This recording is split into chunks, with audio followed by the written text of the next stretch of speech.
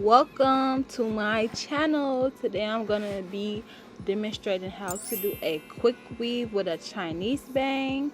If you liking what you see, please give me a like and subscribe to my channel. So here you could just see, I think I counted the tracks. It's either 6 or 7 tracks in the front. You don't want to have too many tracks in the front.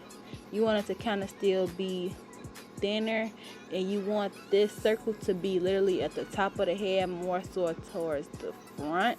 So as you can see, I had a pretty decent circle here. I just demonstrating how I split the tracks, but I wasn't gonna keep my hands on the camera because it was getting irritating. So I'm just putting the glue on. I didn't do the whole row.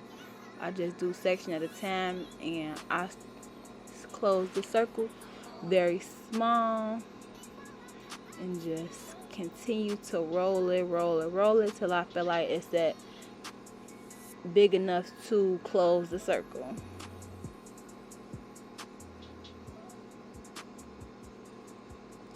There's no really right or wrong in this. It's just, you go based off what you're working with. And I just eyeballed it.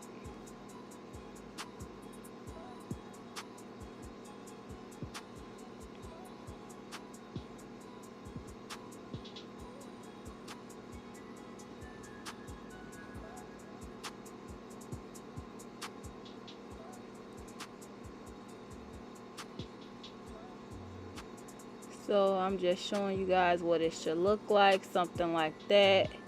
Then you want to open it up to the point where you just you don't see nothing. It just look like hair, basically. Close your part. You know what it's supposed to look like. So I open it up till I feel like I got that, and then I flat iron it really flat with my big flat irons, my big babyless flat irons. I had these flat irons for so long. I love them. They're very durable and they last so long. I love them so much.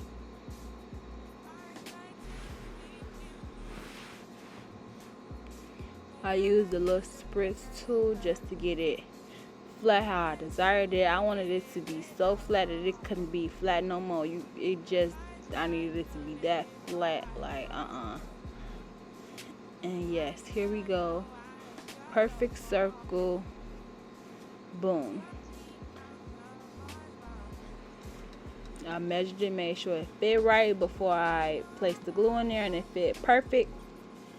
So then I put some glue. I think I put like a lot, and I blow dried it just so it can get tacky, so I'm not sticking it on fresh glue, and that takes too long to dry. So I'm just making sure I dried it real good with the blow dryer, making sure it's intact, it's not gonna come out.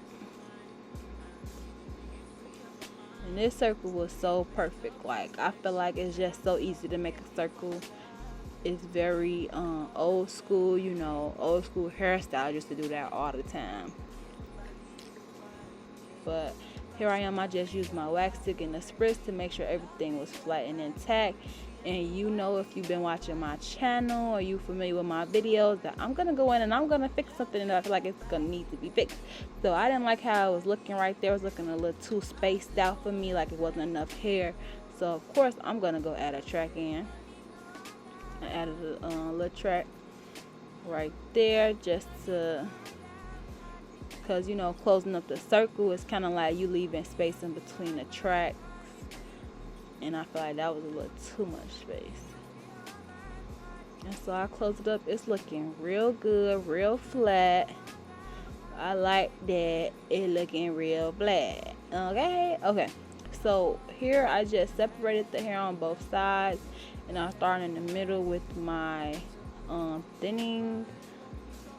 I don't know what this thing is called right now, but yes, I'm using this comb, and I think I'm using the large side. I'm using the large side and the short side interchangeably. It's like whatever I feel it needs to be gone, but that's how you get the choppy look. And you always want to cut longer. I love a long bang. I don't like no bang to my eyebrows, no. So I always do longer. And I'm just making sure everything is lined up, doing a little bit at a time, not doing too much of nothing.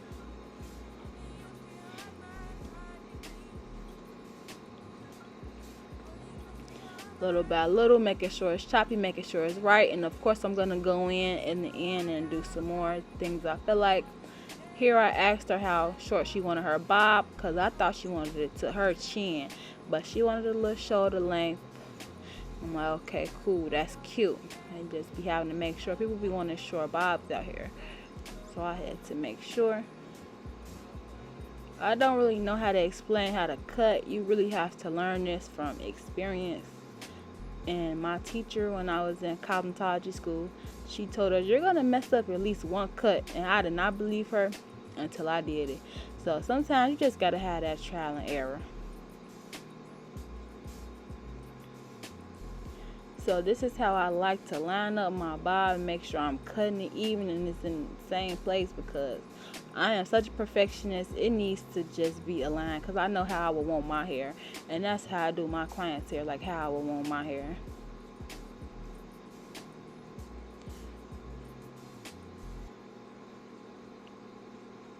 And spin her around so y'all can see me cutting and combining both of those sides. This is just how I do it. And then I love to tell my clients to hold their head down. This is how you get that extra hair that made it not got cut, how you needed it to, and it's gonna poke out maybe.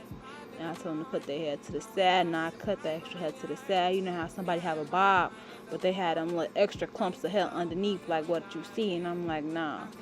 The reason why I let some of it stay is because when you're cutting a blunt cut and you lift it up with your hands, it's kind of like you elevating it a little bit even though you're not trying to. So some of that hair is actually in the right place, because you see when her head is up you can't see it, but when her head is down you see it. But there's nothing wrong with that. So I completed the cut real easy, real simple. I'll go in with my Sebastian hair shaper, holding spray, and I just flat iron it. And I had to, when I was doing blunt cuts, I had to learn that you don't have to bump the ends like, that much. You just straightening it really, but you bumping it like a little bit. Like you're not bumping it too much, because it's like, this is a blunt cut bump. It ain't no bump. I used to be bumping. I used to be bumping people's blunt cuts when I was first doing hair. I had to learn that that's not how you do it.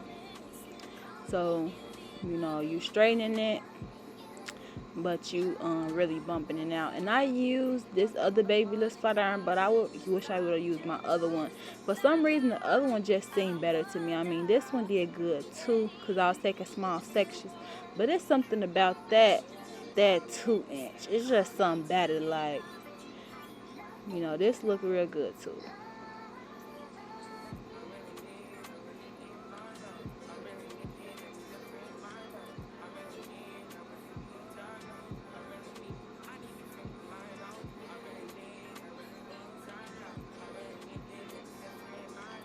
I'm just going all through our hair, doing that same exact thing all around.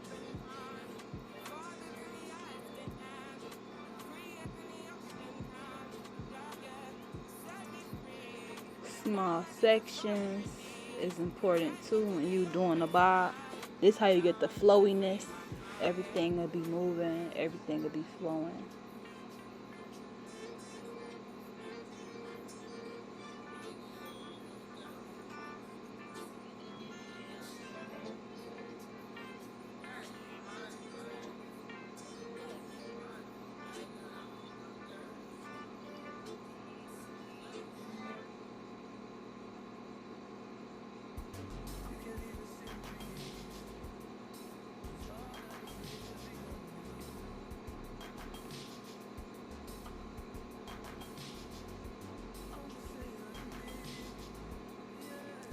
Just flat ironing her bang, even though I know I'm not done with her bang as far as cutting it, but I need to see where it's gonna sit at, and I don't immediately put it on her face.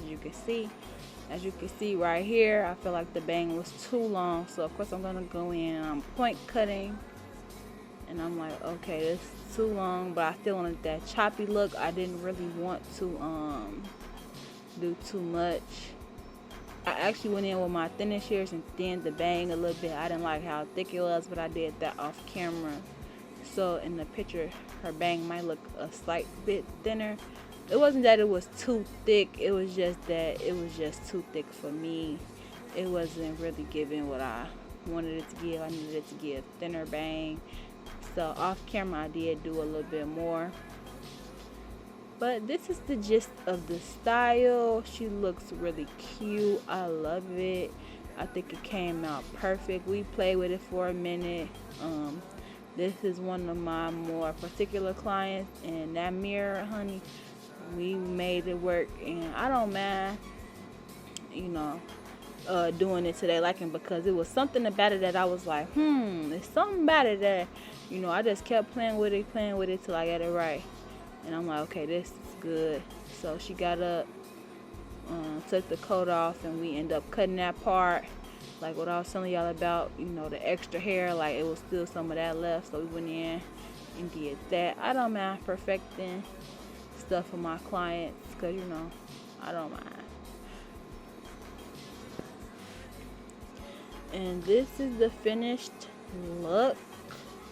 It is so beautiful. It is so cute. And I loved it. If you like this video, if you learned something, please like and subscribe.